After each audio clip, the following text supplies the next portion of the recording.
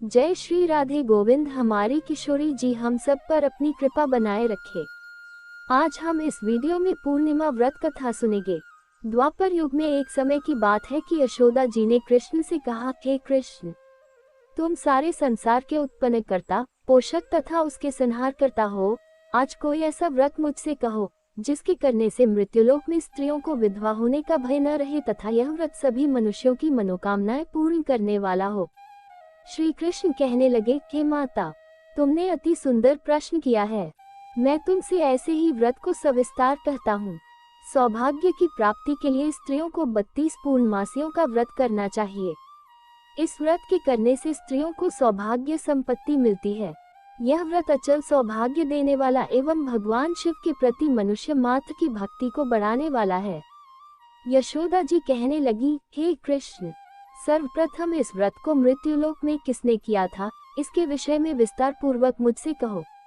श्री कृष्ण जी कहने लगे कि इस भूमंडल पर एक अत्यंत प्रसिद्ध राजा चंद्रहास से पालित अनेक प्रकार के रत्नों से परिपूर्ण कातिका नाम की एक नगरी थी। वहां पर धनेश्वर नाम का एक ब्राह्मण था और उसकी स्त्री अति सुशीला रूपवती थी।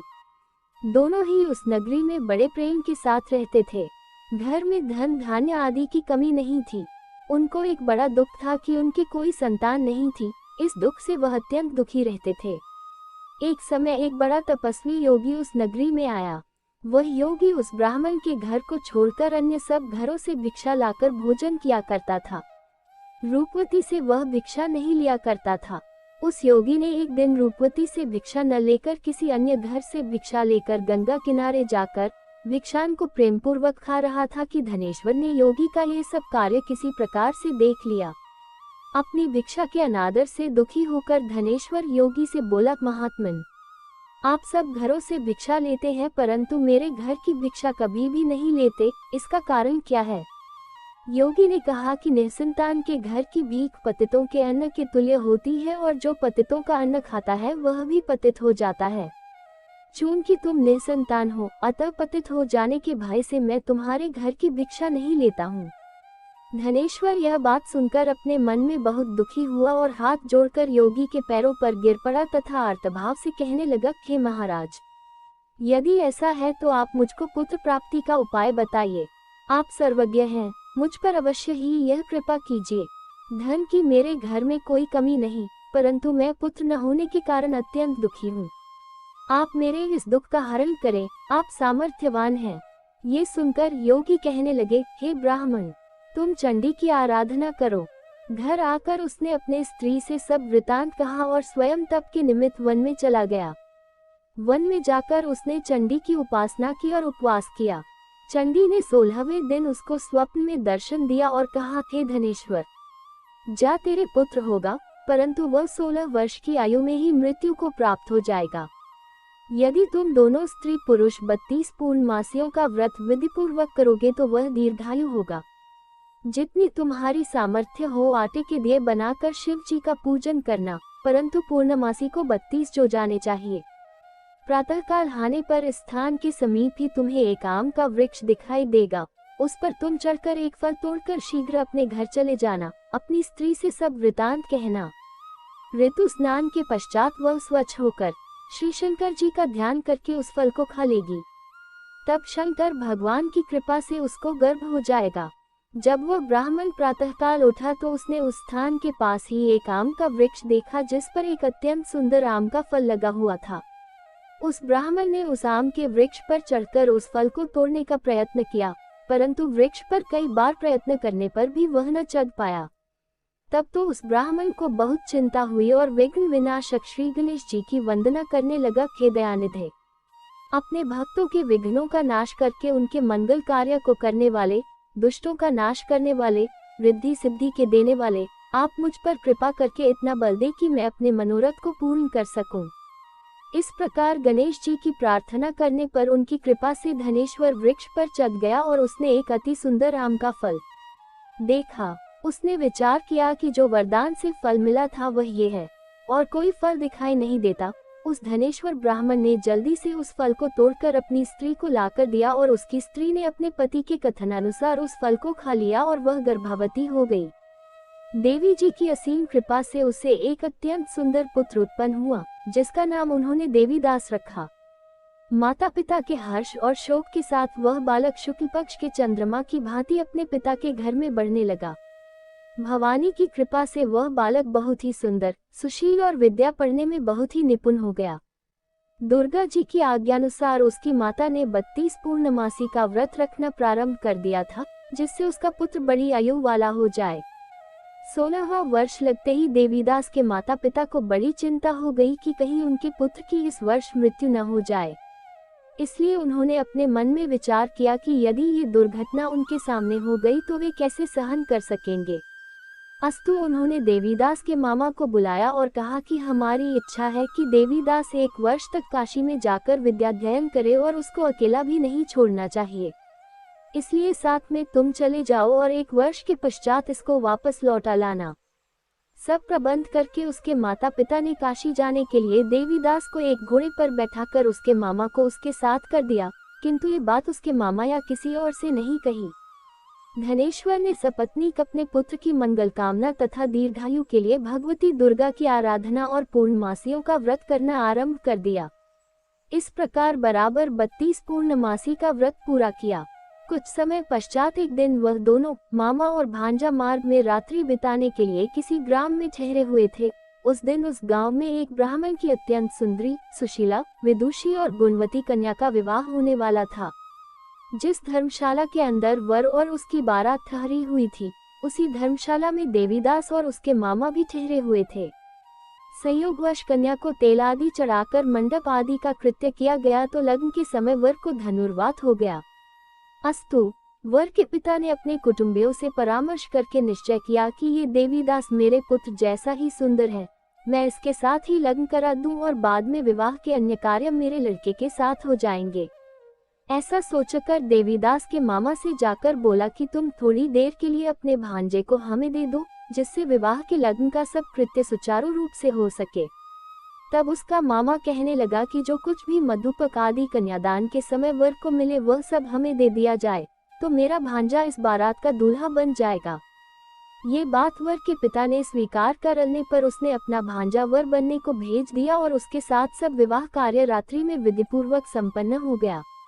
पत्नी के साथ वह भोजन न कर सका और अपने मन में सोचने लगा कि न जाने ये किसी स्त्री होगी। वह एकांत में इसी सोच में गर्म निश्वास छोड़ने लगा तथा उसकी आंखों में आंसू भी आ गए। तब वधू ने पूछा कि क्या बात है, आप इतने उदासीन व दुखी क्यों हो रहे हैं। तब उसने सब बातें जो वर के पिता व उसके मामा में हुई थी उसको बतला दी। तब कन्या कहने लगी कि यह ब्रह्म विवाह के विपरीत हो कैसे सकता है। देव, ब्राह्मण और अग्नि के सामने मैंने आपको ही अपना पति बनाया है, इसलिए आप ही मेरे पति हैं। मैं आपकी ही पत्नी रहूंगी, किसी अन्य की कदापि नहीं। तब देवीदास ने कहा, ऐसा मत करिए क्योंकि मेरी आयु बहुत थोड़ी है, मेरे पश्चात आपकी क्या गति होगी, इन बातों को अच्छी तरह विचार लो। परंतु वह दृढ़ विचार वाली थी, बोली कि जो आपकी गति होगी वही मेरी गति होगी। हे स्वामी, आप उठिए और भोजन करिए, आप निश्चय ही भूखे होंगे। इसके बाद देवीदास और उसकी पत्नी दोनों ने भोजन किया तथा शेष रात्रि वे सोते रहे। प्रातःकाल देवीदास ने अपनी पत्नी को 3 निगों से जड़ी हुई एक अंगूठी दी, एक रुमाल दिया और बोला, हे प्रिय, इसे लो और संकेत समझकर स्थिर चित हो जाओ। मेरा मरण और जीवन जानने के लिए एक पुष्पवाटिका बना लो, उसमें सुगंधी वाली एक नव मल्लिका लगा लो, उसको प्रतिदिन जल से सिंचा करो और आनंद के साथ खेलो कूदो तथा उत्सव मनाओ। जिस समय और जिस दिन मेरा प्राणांत होगा ये फूल सूख जाएंगे और जब ये फिर हरे हो जाएं तो जान लेना कि मैं जीवित हूँ। ये बात निश्चय करके समझ लेना, इसमें कोई संशय नहीं है। ये समझा कर वह चला गया। प्रातःकाल होते ही वहां पर गाजे बाजे बजने लगे और जिस समय विवाह के कार्य समाप्त करने के लिए वर तथा सब बाराती मंडप में आए तो कन्या ने वर को भली प्रकार से देखकर अपने पिता से कहा कि यह मेरा पति नहीं है, मेरा पति वही है जिसके साथ रात्रि में मेरा पानी ग्रहण हुआ था, इसके साथ मेरा विवाह नहीं हुआ है। यदि यह वही है तो बताए कि मैंने इसको क्या दिया। मधुपक और कन्यादान के समय जो मैंने भूषण आदि दिए थे उन्हें दिखाए तथा रात में मैंने क्या गुप्त बातें कही थी वह सब सुनाए। पिता ने उसके कथनानुसार वर को बुलवाया। कन्या की यह सब बातें सुनकर वह कहने लगा कि मैं कुछ नहीं जानता। इसके पश्चात लज्जित होकर वह अपना समूह लेकर चला गया और सारी बारात भी अपमानित होकर वहां से लौट गई। भगवान श्री कृष्ण बोले, हे माता। इस प्रकार देवीदास काशी विद्याध्ययन के लिए चला गया। जब कुछ समय बीत गया तो काल से प्रेरित होकर एक सर्प रात्रि के समय उसको डसने के लिए वहां पर आया। उस विषधर के प्रभाव से उसके शयन का स्थान चारों ओर से विष की ज्वाला से विषैला हो गया, परंतु व्रतराज के प्रभाव से उसको काटने न पाया, क्योंकि पहले ही उसकी माता ने 32 पूर्णिमा का व्रत कर रखा था। इसके बाद मध्याह्न के समय स्वयं काल वहां पर आया और उसके शरीर से उसके प्राणों को निकालने का प्रयत्न करने लगा, जिससे वह मूर्छित होकर पृथ्वी पर गिर पड़ा। भगवान की कृपा से उसी समय पार्वती जी के साथ श्री शंकर जी वहां पर आ गए।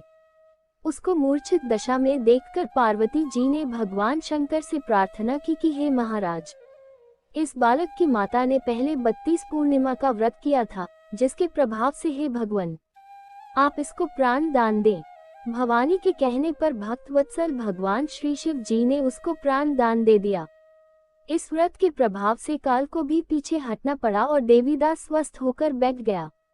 उधर उसकी स्त्री उसके काल की प्रतीक्षा किया करती थी। जब उसने देखा कि उस पुष्प वाटिका में पत्र पुष्प कुछ भी नहीं रहे तो उसको अत्यंत आश्चर्य हुआ, और जब वह वैसे ही हरी भरी हो गई तो वह जान गई कि वह जीवित हो गए हैं। ये देखकर वह बहुत प्रसन्न मन से अपने पिता के कहने लगी कि पिताजी, मेरे पति जीवित हैं, आप उनको ढूंढिए।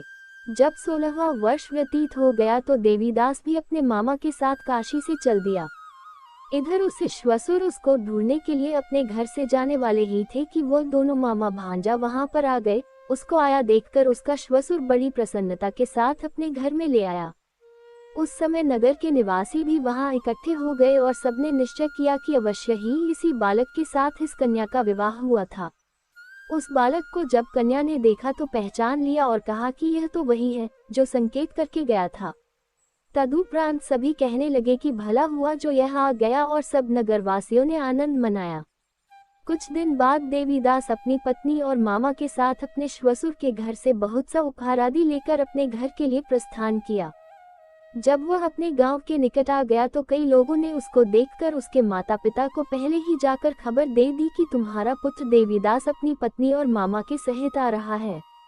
ऐसा समाचार सुनकर पहले तो उन्हें विश्वास ही नहीं हुआ, किंतु जब और लोगों ने भी आकर उनकी बात का समर्थन किया तो उनको बड़ा आश्चर्य हुआ। लेकिन थोड़ी देर में देवीदास ने आकर अपने माता पिता के चरणों में अपना सिर रखकर प्रणाम किया और उसकी पत्नी ने अपने सास ससुर के चरणों को स्पर्श किया तो माता पिता ने अपने पुत्र और पुत्रवधू को अपने हृदय से लगा लिया और दोनों की आंखों में प्रेमाश्रु बह चले। अपने पुत्र और पुत्रवधू के आने की खुशी में धनेश्वर ने बड़ा भारी उत्सव किया और ब्राह्मणों को भी बहुत सी दान दक्षिणा देकर प्रसन्न किया। श्री कृष्ण जी कहने लगे कि इस प्रकार धनेश्वर 32 पूर्णिमाओं के व्रत के प्रभाव से पुत्रवान हो गया। जो भी स्त्रियां इस व्रत को करती हैं, वे जन्म जन्मांतर में वैधव्य का दुख नहीं भोगती और सदैव सौभाग्यवती रहती हैं। यह मेरा वचन है, इसमें कोई संदेह नहीं मानना। यह व्रत पुत्र पौत्रों को देने वाला तथा संपूर्ण मनोकामनाओं को पूर्ण करने वाला है। 32 पूर्णिमाओं के व्रत करने से व्रती की सब इच्छाएं भगवान शिव जी की कृपा से पूर्ण हो जाती हैं। जय भोलेनाथ। तो आज का वीडियो यहीं तक, फिर मिलेंगे अगली वीडियो में। तब तक के लिए आप सभी को प्रेम भरी राधे राधे।